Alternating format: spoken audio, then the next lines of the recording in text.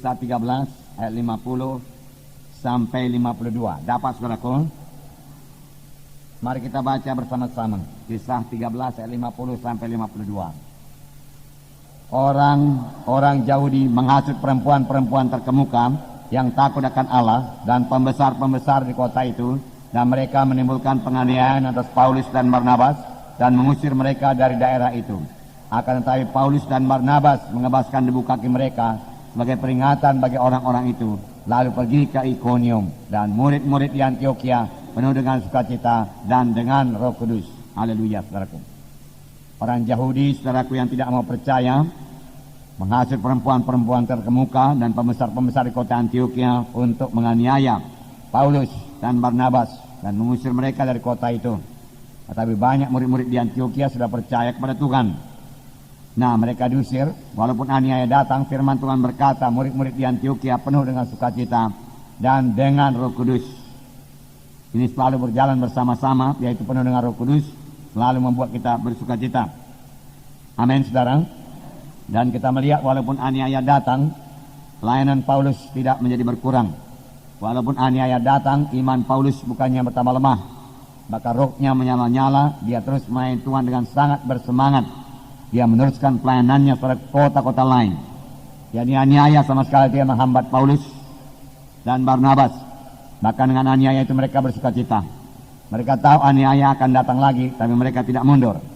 Saudara, mari kita baca kisah 14. Kisah 14. Biarlah kita ingat, dalam Roma 12 itu dikatakan, biarlah rohmu menyala-nyala, layanilah Tuhan. Amin, saudara.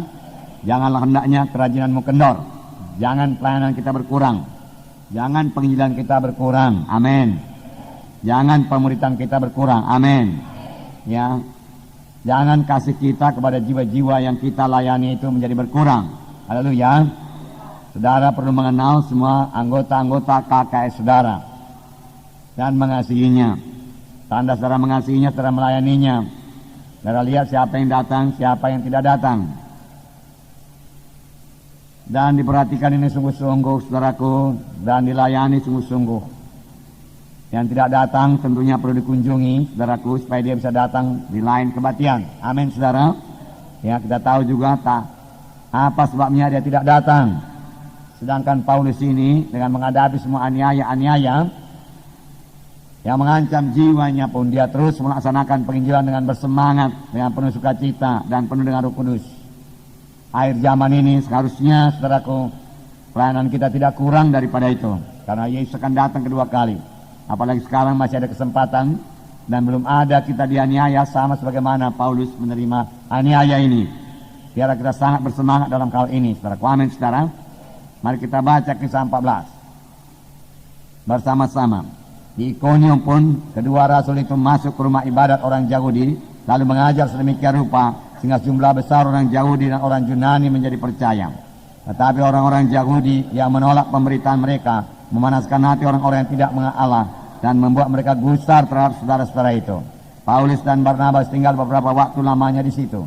Mereka mengajar dengan berani karena mereka percaya pada Tuhan, dan Tuhan menguatkan berita tentang kasih karunia-Nya dengan mengaruniakan kepada mereka kuasa untuk mengadakan tanda-tanda dan mujizat-mujizat. Tetapi orang banyak di kota itu terbelah menjadi dua. Ada yang memihak kepada orang Yahudi, ada pula yang memihak kepada kedua rasul itu. Maka mulailah orang-orang yang tidak mengenal Allah dan orang-orang Yahudi bersama-sama dengan pemimpin-pemimpin mereka menimbulkan satu gerakan untuk menyiksa dan melempari kedua rasul itu dengan batu. Setelah rasul-rasul itu mengetahuinya, menyingkirlah mereka ke kota-kota di Likaonia, yaitu Listra dan Derbe dan daerah sekitarnya. Di situ mereka memberitakan Injil. Di Listra ada seorang yang duduk saja karena lemah kakinya dan lumpuh sejak ia dilahirkan dan belum pernah dapat berjalan. Ia duduk mendengarkan ketika Paulus berbicara, dan Paulus menatap dia dan melihat bahwa ia beriman dan dapat disembuhkan. Lalu berkatalah Paulus dengan suara nyaring, berdirilah tegak di atas kakimu. Dan orang itu melonjak berdiri lalu berjalan kian kemari. Ketika orang banyak melihat apa yang telah diperbuat Paulus, mereka itu berseru dalam bahasa Likaonia, dewa-dewa telah turun di tengah-tengah kita dalam rupa manusia. Barnabas mereka sebut Zeus, dan Paulus mereka sebut Hermes, karena ia yang berbicara. Maka datanglah imam dewa Zeus, yang kuilnya terletak di luar kota, membawa lembu-lembu jantan dan karangan-karangan bunga ke pintu gerbang kota untuk mempersembahkan korban bersama-sama dengan orang banyak kepada rasul-rasul itu. Mendengar itu Barnabas dan Saulus mengoyakkan pakaian mereka, lalu terjun di tengah-tengah orang banyak itu sambil berseru, "Hai kamu sekalian, mengapa kamu berbuat demikian? Kami ini adalah manusia biasa sama seperti kamu. Kami ada di sini untuk memberitakan Injil kepada kamu, supaya kamu meninggalkan perbuatan sia-sia ini dan berbalik kepada Allah yang hidup, yang telah menjadikan langit dan bumi, laut dan segala isi. Biarkan semua bangsa menuruti jalannya masing-masing. Namun ia bukan tidak menyatakan dirinya dengan berbagai-bagai kebajikan, yaitu dengan menurunkan hujan dari langit dan dengan memberikan musim-musim subur bagi kamu. Ia memuaskan hatimu dengan makanan dan kegembiraan." Walaupun rasul-rasul itu berkata demikian, namun hampir-hampir mereka tidak dapat mencegah orang banyak mempersembahkan korban kepada mereka. Tetapi datanglah orang-orang Yahudi dari Antiokhia dan Ikonium, dan mereka membujuk orang banyak itu memihak mereka. Lalu mereka melempari Paulus dengan batu dan menyeretnya keluar kota, karena mereka menyangka bahwa ia telah mati.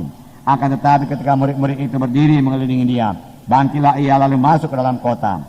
Keesokan harinya berangkatlah ia bersama-sama dengan Barnabas ke Derbe. Nah, haleluya. Saudaraku, benarlah Paulus ini, saudaraku, rohnya menyala-nyala, kerajiannya tidak pernah kendor, dan dia terus melayani Tuhan.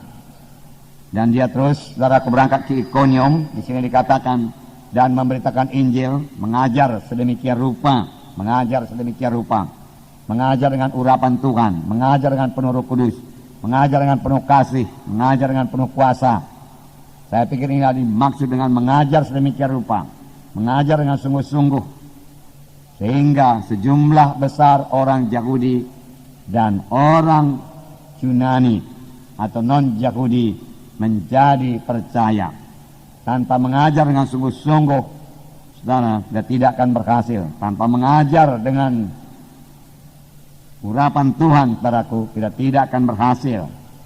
Oleh sebab itu, saudaraku, rindulah akan urapan Tuhan, rindulah akan kuasa Tuhan yang bertambah-tambah, rindulah akan pengertian yang bertambah-tambah juga. Saya percaya Paulus mengajar sedemikian rupa, dikatakan di sini dengan hikmat Tuhan, sehingga sejumlah besar, jangan sejumlah kecil, rindulah sejumlah besar. Sejumlah besar orang menjadi percaya, baik Yahudi, baik non-Yahudi.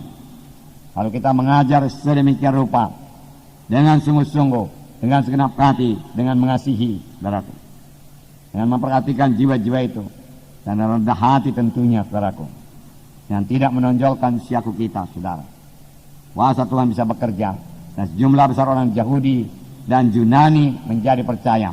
Nah, tapi kemudian dikatakan orang-orang Yahudi, sebagian menolak pemberitaan mereka, sebagian percaya. Lalu terbagi menjadi dua golongan, ada yang percaya dan ada yang menentang. Nah, saudara, namun ayat 3 berkata, Paulus dan Barnabas tinggal berapa waktu lamanya di situ. Mereka mengajar dengan bagaimana? Berani. Mereka mengajar dengan berani.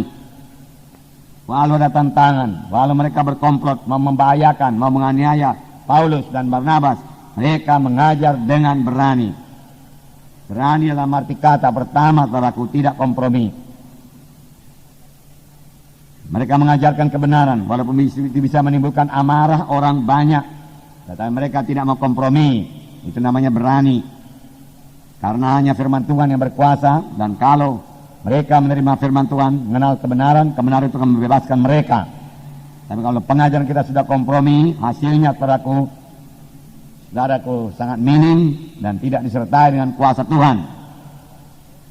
Yang kedua, walaupun mereka, saudaraku, diancam, saudara, mereka terus juga, saudaraku, melaksanakan pekerjaan Tuhan. Mereka terus mengajar.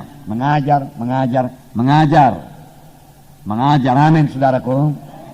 Tuhan Yesus banyak mengajar. Saudara pemimpin KKS juga banyak mengajar. Amin. Perhatikan murid saudara. Kalau dia belum baptisan, ajari dia pelajaran mengenai baptisan air. Amin.